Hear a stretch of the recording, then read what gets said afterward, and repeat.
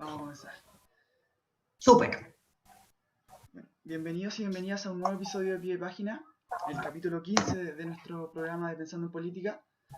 Hoy tenemos el honor de contar con Gloria de la Fuente en una semana en un mes que es importante para nuestro país, que hay mucha actividad política. Gloria, me imagino que todos la conocen, ella es doctora en Ciencias Sociales, panelista en Estado Nacional, columnista de La Tercera, presidenta de Chile 21 y consejera del Consejo de la Transparencia. Un gusto por tenerte aquí, Gloria. Muchas gracias por la invitación, pues. Bueno, partamos entonces conversando un poco sobre la transparencia, ya que el título de este capítulo se llama Transparentando la democracia. Entonces vamos a partir por el ejercicio de conversar un poco sobre la transparencia. Te quería preguntar, en tiempos en que las instituciones políticas y las autoridades políticas están tan desprestigiadas, yo creo que eso no es tanta novedad. ¿Cómo entra la transparencia para su rescate quizás? ¿O qué rol cumple la transparencia para la vigorosidad de las autoridades políticas y la vigorosidad de las instituciones? Gloria. Mira, yo creo que es bien clave, la ley de acceso a la información pública en Chile, que es la ley de transparencia, tiene en Chile 11 años ya, va a cumplir 12 años el próximo año. Y es un instrumento que sirve, yo creo, fundamentalmente para dos cosas. Uno es el control social, porque en la práctica lo que nos dice la ley de acceso a la información pública es que toda la información pública que obra en poder del Estado es información que le pertenece a los ciudadanos, no que sea en el fondo de las instituciones mismas, ¿no? Y eso genera para los ciudadanos la posibilidad de generar control social porque efectivamente le permite tener un instrumento que le permite observar, hacer la accountability social que esto requiere, ¿no? Y por lo tanto, para los medios de comunicación también es muy relevante, permite perseguir la corrupción en caso que eso sea necesario, posible o que haya irregularidades, permite efectivamente pedirle a las autoridades que rindan cuenta respecto a lo que hacen, y eso es súper fundamental. Y por otro lado, la ley de acceso a la información pública, la ley de transparencia, permite una cosa que nosotros tenemos bien mapeada en el Consejo que es bien importante, que es el ejercicio del derecho llave, es decir, muchas personas, y esto ocurre particularmente en ciertos sectores de la población, en municipios y muy particularmente y curiosamente mujeres, el acceso a la información pública sirve como instrumento para ejercer otros derechos. Nosotros le llamamos a esto, la ley de acceso a la información como un derecho llave, es decir, tú tomas y vas a pedir información pública que en rigor te tienen que dar, que te pertenece, las causales de reserva son muy explícitas y muy acotadas en la ley, y en base a eso las personas pueden ejercer efectivamente otros derechos, el subsidio, a veces el derecho, por ejemplo, a acceder a alguna prestación social que tú no conocías y que a través de esta normativa tú puedes acceder. Y eso es básicamente los dos elementos que son fundamentales en el ejercicio de ciudadanía. Ahora hay un tercero y que tiene que ver con esto que tiene que ver con esto que te decía al principio, que tiene que ver con el control social o con la rendición de cuentas y que es el combate a la corrupción, ¿no? Cuando existen irregularidades, una posibilidad cierta que da la ley de transparencia y acceso a la información pública es perseguir la corrupción. Bueno, en este ejercicio de control social que tiene la transparencia y en especial el Consejo de Transparencia, hemos visto entonces que cumple un rol crucial en lo que es la democracia representativa, que los representantes, digamos, gocen de un respaldo ciudadano para ejercer sus labores, pero hemos visto que la democracia representativa en el último tiempo, en la última, no sé, 10 años quizás, se ha visto un poco deteriorada. ¿Qué opinas tú de eso y qué sucesos la han ido deteriorando, Gloria, a la democracia representativa?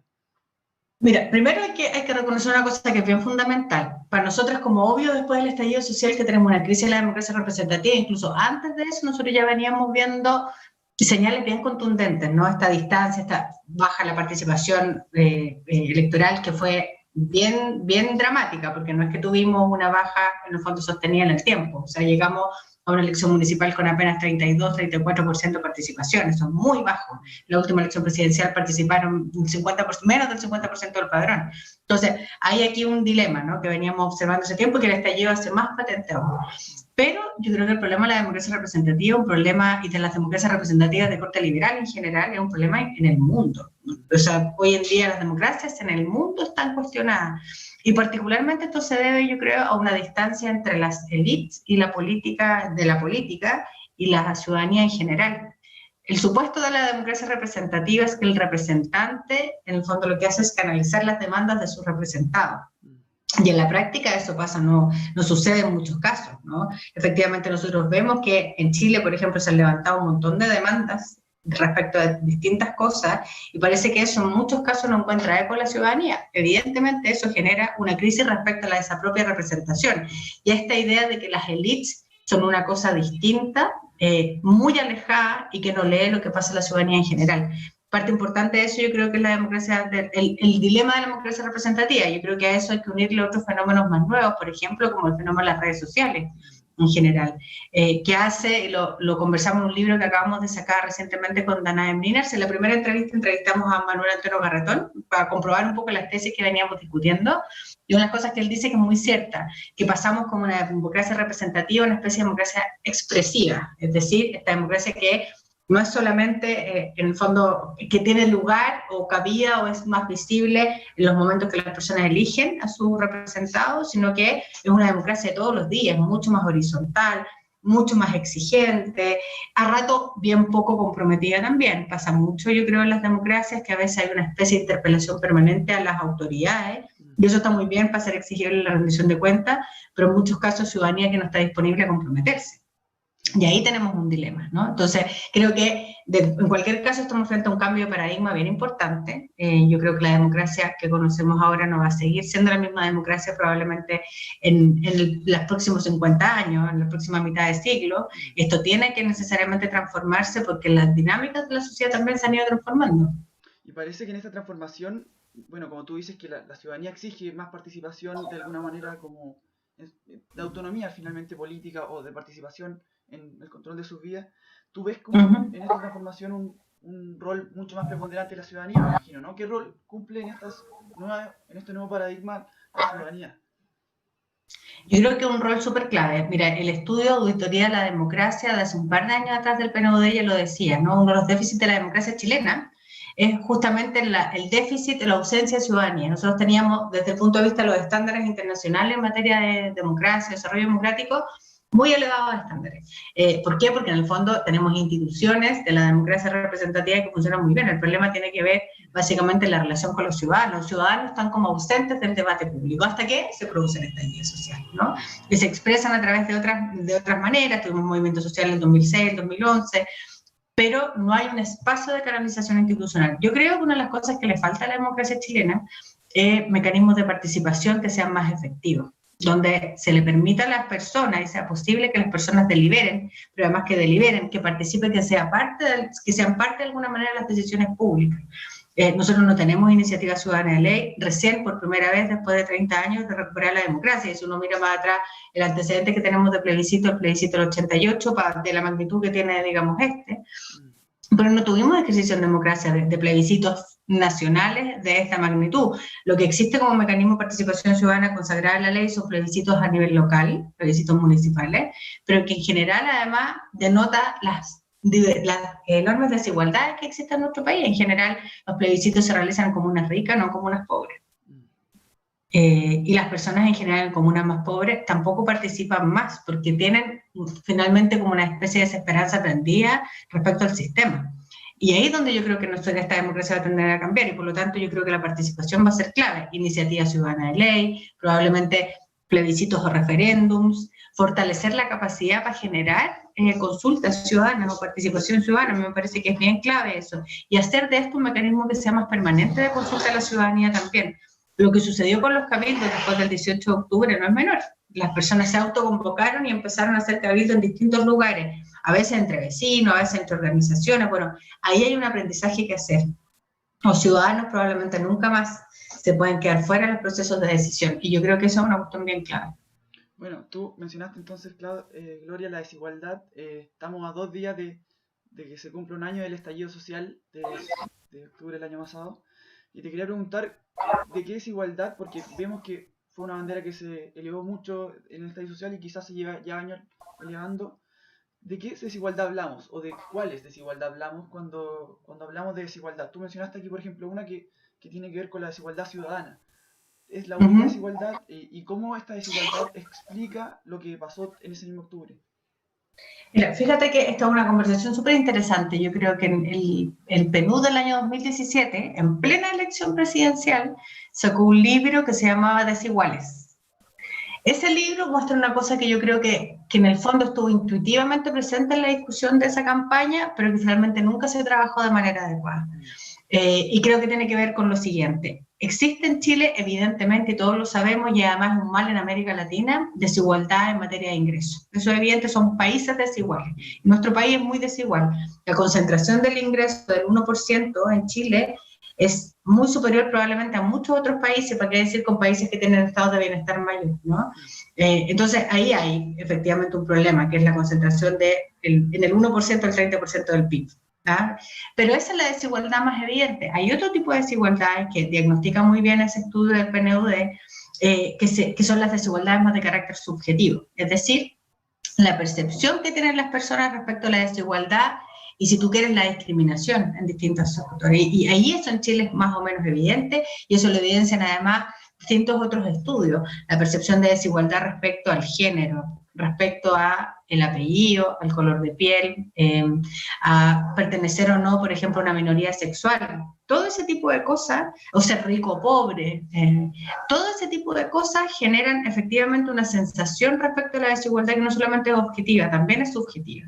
Entonces, no es menor que el año pasado la consigna durante el estallido social haya sido en torno a la dignidad, en torno a los abusos, que es una manera en el fondo de expresar desigualdad en el trato, en el acceso a la justicia, por ejemplo, y todo ese tipo de cosas están súper instaladas en la sociedad chilena. Yo creo que ahí es donde está una realidad sobre la cual tenemos que realmente mirar y hacernos cargo, porque yo no me imagino un pacto social en el futuro, más allá del propio proceso constituyente, si no nos hacemos cargo de esta idea de que existe una ciudadanía para privilegiados y una ciudadanía, una sociedad para los no privilegiados. Hay gente que está dentro del sistema y gente que está permanentemente excluida por distintos motivos. Yo creo que eso es lo que tenemos que finalmente, de alguna manera, darnos cuenta para poder construir un pacto social que sea distinto. Bueno, en tu libro este que mencionaste, Pueblo en Movimiento, también hablas de que, aparte de la desigualdad, y también como los que componen ese libro era de múltiples disciplinas, tú hablas de que hay un tema de múltiples causas. El mismo Carlos Peña también en su libro lo aborda, el tema de la multicausalidad. ¿Qué causas, aparte de la desigualdad, y cómo conversan esas causas con la misma desigualdad, identificas que hayan como hecho explotar, digamos, el 18 de octubre un estallido social? Lo que pasa es que yo creo que hablábamos de multicausalidad porque creo que efectivamente es lo que ocurre, ¿no? Fenómenos sociales de esta magnitud, estallidos sociales o movimientos sociales de una magnitud como la que vimos nosotros en Chile el año pasado, que prefiero hablar de estallido no movimiento porque en el fondo es eso, en la práctica tiene una multicausalidad y en el libro nosotros lo tratamos bien, no hablamos del tema de género, porque se nos olvida, como tenemos tan encima lo del estallido, se nos olvida que el movimiento precursor y súper relevante de esto fue el movimiento feminista en las universidades, y que finalmente terminó generando un movimiento muy masivo de mujeres y del feminismo al interior de la sociedad y en distintas partes del mundo. Luego está la desigualdad territorial. Claro, generalmente tendemos a ver todo desde Santiago, pero la desigualdad que se produce para las personas de región es muy grande, ¿no? Y las decisiones en general se toman en Santiago, muchas decisiones que afectan a la región se toman en Santiago. Ahí hay otro tipo de desigualdad. Bueno, la realidad que tiene que ver con la violencia. Hay como una especie de lugar común de tratar de o tú condenas la violencia o eres partidario de la violencia. Y nadie se preocupa de hacer una cosa que es más central que esa, que es tratar de entender o hacer una taxonomía de la violencia, tratar de entender cuáles son las causas que nos llevan a una situación como esa. Obviamente, cuando se preocupa la violencia deriva en delito, hay que sancionarla, pero también hay que preguntarse cuáles son las razones por las cuales una cosa de estas características ocurre. La desigualdad, por ejemplo, y la violencia que viven personas en territorios que están tomados, por ejemplo, por la situación del narco en muchos lugares. O situaciones, y pongo un ejemplo tan dramática como una guagua de 9 meses que muere por una bala loca, y hace poco menos de un mes, en esa misma comuna, en la comuna de La Pintana, muere una joven madre de no más de 20 años, también por una bala loca, y la propia alcaldesa recibe balazos en su propia oficina. O sea, hay una situación de violencia en los territorios que también creo que hay que hacerse cargo, y hay un capítulo del libro, dos capítulos en realidad, que tratan justamente el tema de la violencia desde el punto de vista de lo que pasa en los territorios, por lo tanto, la violencia como una expresión de la desigualdad, Y también la violencia desde el punto de vista de hacer una taxonomía, de entender cuáles son las causas de la violencia. E insisto, no se trata de justificar la violencia porque inmediatamente cuando tú hablas de esto y tratas de abrir la puerta para tratar de entender, es como, tú eres partidario de la violencia. Nadie podría ser o pensar que la solución a los conflictos de una sociedad es la violencia, pero hay que entender sus causas para poder adecuadamente dar la respuesta. Los discursos en la práctica para eso no sirven para nada.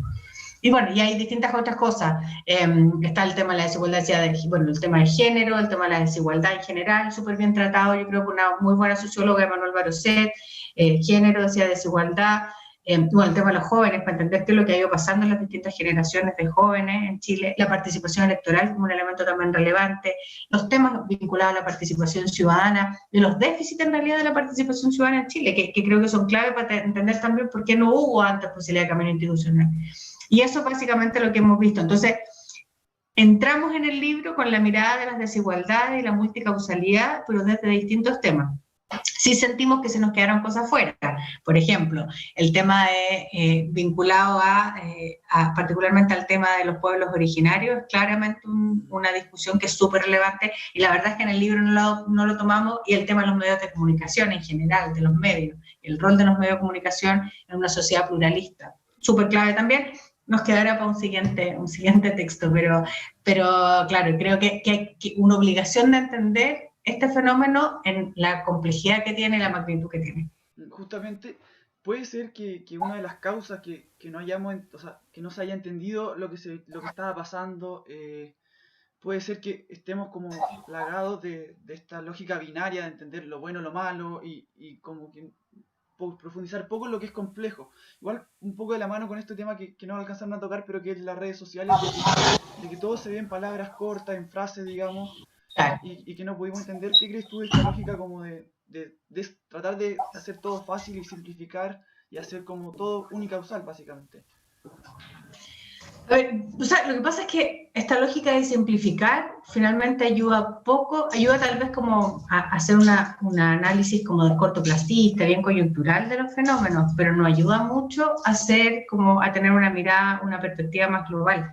Y yo creo que ahí hay un déficit. Ahora, tú hacías referencia a las redes sociales en general. Creo que las redes sociales cumplen un rol, no lo tocamos como capítulo del libro, sí lo tocamos en la entrevista con Manuel Antonio. Y hablamos esto de la democracia expresiva por esa razón, digamos, porque efectivamente lo que hay en las redes sociales en general es una expresión permanente de una ciudadanía, en algunas redes sociales súper furibunda y en otros parece un mundo como de la plena felicidad, digamos, y hago la comparación entre uno y otro. Pero yo creo que lo más importante finalmente es cómo se logra generar condiciones en los sistemas políticos, más allá de la propia red social y demás, que permita efectivamente generar una democracia donde las personas tengan la posibilidad y crean que es posible canalizar su demanda a través de las instituciones, las reglas del juego que existen. Si ese es el gran problema, probablemente la expresión de ira a veces y de odio que uno ve en Twitter, muchas veces tiene que ver con que no hay expresión en el otro espacio, digamos, no hay canal institucional para poder expresar a eso. Claro, es como una especie de tribuna de desahogo, y en la práctica hace a veces súper mal también, pues, ¿no? Que esa sea la manera de tratar de tratarnos, que probablemente una persona cara a cara no sería capaz de decir lo mismo a una autoridad que ve a través de redes sociales y que finalmente se esconde también en el anonimato. Eso es una manera de expresión de democracia que yo creo que requiere necesariamente buscar la manera de ser canalizada y por lo tanto el deber también de la autoridad, del mundo político, del mundo que pretende seguir en la senda de la representación, es también poner el espacio en la escucha, en la reflexión, en lo que significa estar más cerca y no tan alejados de la ciudadanía en general. Bueno, volvimos al mismo tema de antes de la LID, digamos, que parece que la LID se llevó la pelota para la casa y no está escuchando mucho. ¿Qué crees tú? Porque también vemos que en general hay un tema que dicen que causa del problema es que la LID es la que está polarizada y que justamente en este juego de estar polarizada entre sí y la ciudadanía, digamos, no está tan polarizada. Hay estudios que, digamos, tienden a decir eso. ¿Crees tú que hay también una causa en... El criterio research de Cristian Valdivieso que habla más de una sociedad bastante más sensata, ¿no? De lo que uno tiende a ver en redes sociales a veces en otros espacios. Claro, entonces ¿crees tú que parte de las causas también que estén en estas instancias que se están peleando, digamos, entre ellos, están polarizados entre ellos, mientras que tienen fuera, digamos, a la lid de sus pensamientos o de su conversación, o sea, a la ciudadanía? Yo fíjate que tiendo a creer que hay bastante más sensatez en el mundo político de la que uno ve en general. Y yo creo que prueba de eso es que hubo gente que pensando súper distinto estuvo disponible a sentarse para encontrar un acuerdo el 15 de noviembre pasado, con todo el riesgo que eso significaba y con lo desprestigiado que estaban los propios actores, ¿no? O sea, y como un ejemplo, probablemente, así como parte importante de la derecha, que representa el legado básicamente de Pinochet, por lo tanto la Constitución del 80, por las razones que sea, pero estuvo dispuesta a sentarse. Así también hubo sectores que, siendo más refractarios al diálogo, pienso en actores del Frente Amplio, que incluso pagaron costos, costos internos, estoy pensando en el propio Gabriel Boric, estuvieron dispuestos a sentarse porque entendían la responsabilidad política que tenían detrás. Entonces, tengo la sensación de que más allá de las diferencias ideológicas, que es legítimo que existan en la sociedad, hay bastante más sensatez respecto a la posibilidad de cuidar un pacto hacia adelante, un pacto social que en el fondo es paz, es ojalá justicia, por supuesto, y es lo que corresponde, Estado de Derecho, mantener el sistema político, no para mantener, en algunos casos probablemente sí, pero no para mantener privilegios, sino para mantener cierta sensatez en el debate. El problema, yo creo, es que en general, y ahí hay una responsabilidad que tiene que ver entre las redes sociales y en general los medios, es que el espacio lo tienen en general más los vociferantes que la gente que tiene un discurso sensato. El discurso sensato, el discurso que en el fondo lo que busca es realmente tratar de generar acuerdos, que no significa cooptación, significa más bien tratemos de entendernos en nuestra diferencia, ese discurso en general tiende a vender poco. Y tengo la sensación de que, por lo tanto, son los vociferantes los que ganan más espacio. Y no creo que sea la mayoría de las personas en general. Yo creo que, en general, los ciudadanos en Chile tienen claridad respecto a lo que buscan, tienen sensatez y claridad respecto a cuál es el camino que uno tiene que seguir con los riesgos que eso tiene, y por lo tanto lo que exigen es que las autoridades estén a la altura. Y ahí es donde yo creo que tenemos que construir una cosa. Mira, a mí no me parece menor, de hecho, que ahora como que todos se transforman en socialdemócratas. Que en el fondo es una alternativa bien moderada respecto a lo que puede nacer de los extremos populistas, incluso si tú quieres de izquierdas o de derechas. Ahora como que todos se quieren parecer a una especie de moderación que no es propiamente el centro político, sino que más bien es la alternativa de la sensatez, ¿no? Del camino pensado, regulado. Y yo creo que es una lectura que se hace de la sociedad en general. Decía el estudio de Criteria Research, porque me parece que es súper sensato, súper bueno en eso. Desaparecieron hace un buen rato, se han debilitado mucho las categorías izquierdas y derechas. Las personas tienden a no autoidentificarse en ese espectro. Pero si tú le preguntas a las personas si quieren más Estado, más protección del Estado, o si creen en valores civilizatorios, básicamente matrimonio igualitario, el aborto en 3 causales, y ese tipo de agenda, las personas tienden a creer mucho más en eso. Una agenda, en general los ciudadanos son más liberales y creen más en el Estado, probablemente. Y eso tiene que tener un correlato en materia política pública, por eso creo que eso que es el discurso probablemente más vinculado al centro político hoy en día es lo que requiere una respuesta política más adecuada. Bueno, quizás corresponde aclarar que por tu parte, digamos que el liberalismo puede conversar con el Estado, y aquí viene esto como el tema de la socialdemocracia, ¿no?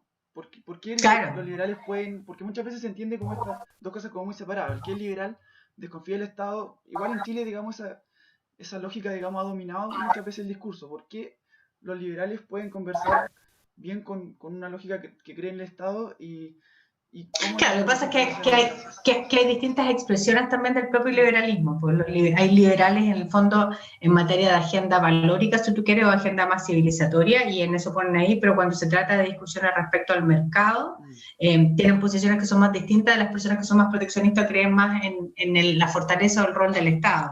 Esta es la lógica de la iniciativa individual, más propia del nivel liberalismo, versus la lógica de la democracia, o sea, de una idea de ciudadanía o de sociedad más colectiva, más colaborativa, si tú quieres, ¿no? Más comunitaria. Y hay diferencias y matices, por supuesto, pero en esos matices yo creo que hay la posibilidad grande de encontrar ciertos espacios de acuerdo bien transversales, ¿no? El problema es que eso no necesariamente tiene siempre correlato con las estructuras de representación, ni tampoco tiene necesariamente correlato con las propuestas de la política, pues a veces la política va detrás de los procesos sociales, que es lo que yo creo que ha ido pasando en Chile. Buen punto. Bueno, ¿cómo entonces estas creencias nuevas, digamos, que están fuertemente representadas según criterios, digamos, como esta sensatez, se ve expresada en este nuevo proceso constituyente, en este único proceso constituyente que hemos tenido en todo caso, de, como camino y también salida institucional o salida a todo este diagnóstico que hicimos recién y que hiciste recién y que encuentran en este libro? ¿Cómo ves tú el proceso constituyente para abordar este diagnóstico y este malestar que se venía expresando hace un año más? Mira, yo creo que lo primero es como, yo creo que el proceso constituyente era la única posibilidad que teníamos después del estallido social, y es todavía, sigue siendo, yo creo, la única posibilidad que encontremos un camino institucional de salida, con todos los riesgos que tiene. Yo asumo que, porque tampoco es que tenga particularmente, aunque tiendo a ser optimista estructural, tampoco me pierdo en el horizonte respecto al análisis, ¿no? Y yo creo que efectivamente tiene un montón de riesgos este proceso, entre ellos, por ejemplo, que no estén suficientemente representadas las distintas miradas en el órgano constituyente, cual sea que éste se conforme. Luego, que el proceso mismo no cuente con la legitimidad de la ciudadanía, y ahí hay una cuestión súper importante, porque el órgano constituyente, una vez que se constituya, tiene que darse a sí mismo las reglas del juego para funcionar, que es como se decidió que se hiciera este proceso. Por lo tanto, todo lo que tiene que ver con las reuniones, las comisiones, la transparencia misma del proceso, son cosas que están por definir, no están definidas todavía, ¿no? Incluso hay quienes discuten hasta los quórums, ¿no? Que debieran estar ahí, aunque ya están los 2/3 como habían instalado en la discusión original. Entonces, yo creo que es la única posibilidad que tenemos, pero asumo que tiene ciertos riesgos y por eso es tan importante cuidar cada uno de los hitos. El primero, sin duda, es el de la próxima semana. Y va a ser bien clave y capital lo que pasa durante este fin de semana, porque si se genera la sensación de que hay una especie de riesgo en los temas de seguridad, por supuesto que vamos a enfrentar el plebiscito de manera distinta la próxima semana. Y ahí tenemos dos cosas. Uno, la cuestión de seguridad pública, digamos, y cómo se enfrenta a esto, pero dos, la seguridad sanitaria. O sea, para poder realizar un plebiscito donde las personas vayan, concurran a las urnas y ojalá en masa, tiene que haber también, y las personas tienen que confiar en que las medidas que se han tomado les aseguran integridad a su salud. Y eso es súper clave, ¿no? Y ahí no está tan...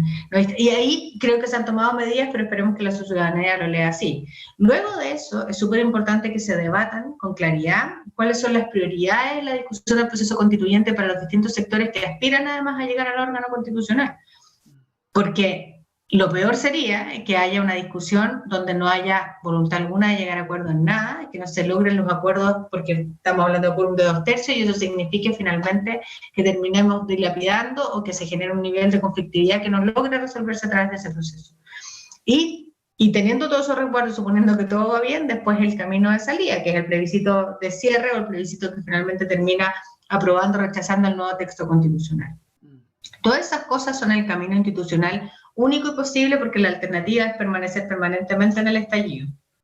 Y eso es un camino que abre la puerta, pero que no, en el fondo no aguanta el camino final, ¿no? El camino de las instituciones, el camino de la democracia, el respeto a las mayorías, con respeto también a las minorías. O sea, creo que es el único camino. Y de ahí en más, yo creo que la gran responsabilidad del mundo político en general en Chile y de la sociedad en su conjunto, porque aquí también tiene que haber gremios empresariales disponibles, tiene que haber los gremios de los trabajadores, las asociaciones de trabajadores, los jóvenes, en el fondo, distintos actores de la sociedad, disponibles también a otra cosa que me parece que es súper relevante, que es saber y cuidar este pacto en el largo plazo, hacer exigible, por supuesto, que se cumpla, porque podemos reconocer todos los derechos en la nueva Constitución, todos los derechos que tú quieras, pero en la práctica, si esto no tiene un correlato en política pública, si el reconocimiento de derechos no tiene sostenibilidad a través de políticas públicas, la verdad es que es súper difícil que podamos sostener este pacto en el largo plazo. Entonces, yo creo que se requieren varias cosas. Y asumo que esto es un proceso que no se termina con la nueva Constitución, es un proceso de mucho más largo plazo y que requiere los cuidados y la responsabilidad de todos.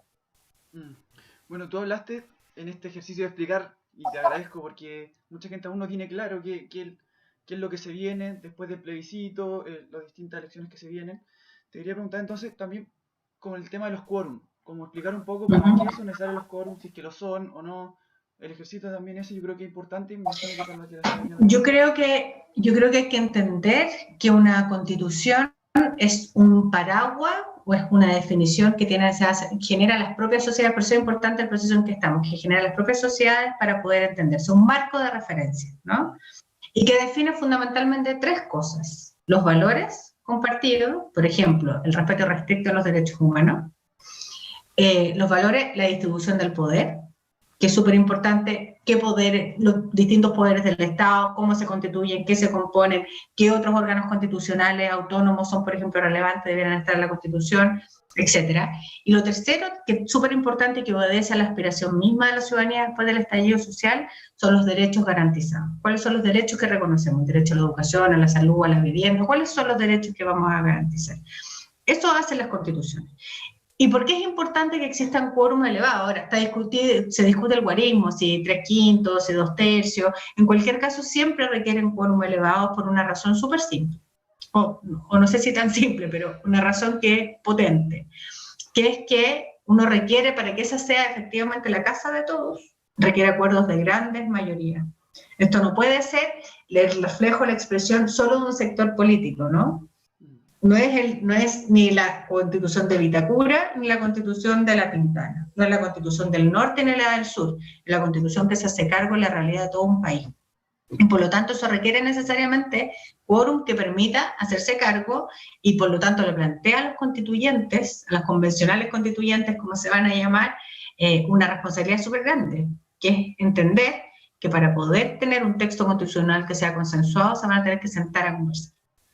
Y van a tener que llegar a acuerdos, y por lo tanto eso requiere también, para quienes sean los representantes en ese espacio, mucha claridad sobre cuáles son aquellas cosas que son irrenunciables, o sea, cuáles son aquellas cosas que la verdad no estamos disponibles a transar porque estos son como el piso mínimo, cuáles son aquellas cosas que podemos sentarnos a discutir con otros, y cuáles son cosas, la verdad, que es mejor que lo que era la Constitución las discutimos después a través de un proyecto de ley, una iniciativa legal.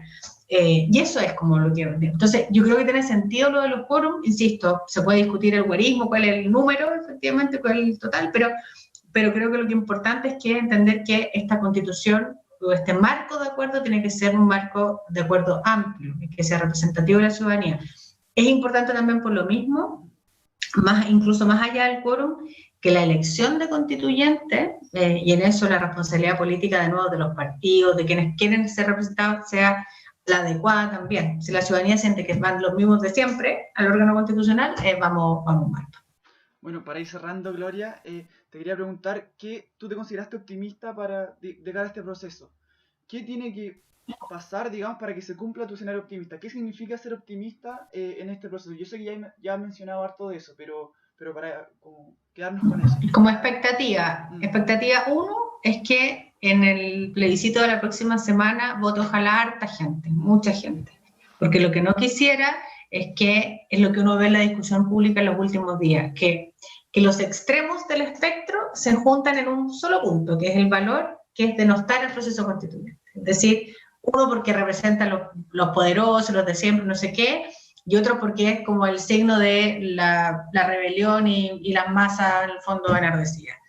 Los dos sectores, los dos extremos del espectro se juntan en lo mismo, que es denostar o despreciar el camino institucional. Entonces, lo primero, para hacerle frente a esos sectores que son vociferantes, pero que son minoritarios, yo creo que haya amplia participación, que vaya mucha gente a votar, que se garanticen las condiciones de seguridad, por lo tanto, el orden público y la seguridad, en el fondo, en términos como de sanidad, para que las personas concurran. Luego, que ojalá la diferencia, ahora no es tan importante porque finalmente quien tiene la mayoría gana, pero que las diferencias entre las dos opciones de papeleta, digamos, sean lo suficientemente sustantivas para que tampoco nadie ponga en duda lo que iba a ocurrir, tanto por el apruebo por el rechazo como por los dos mecanismos en el fondo que se decía.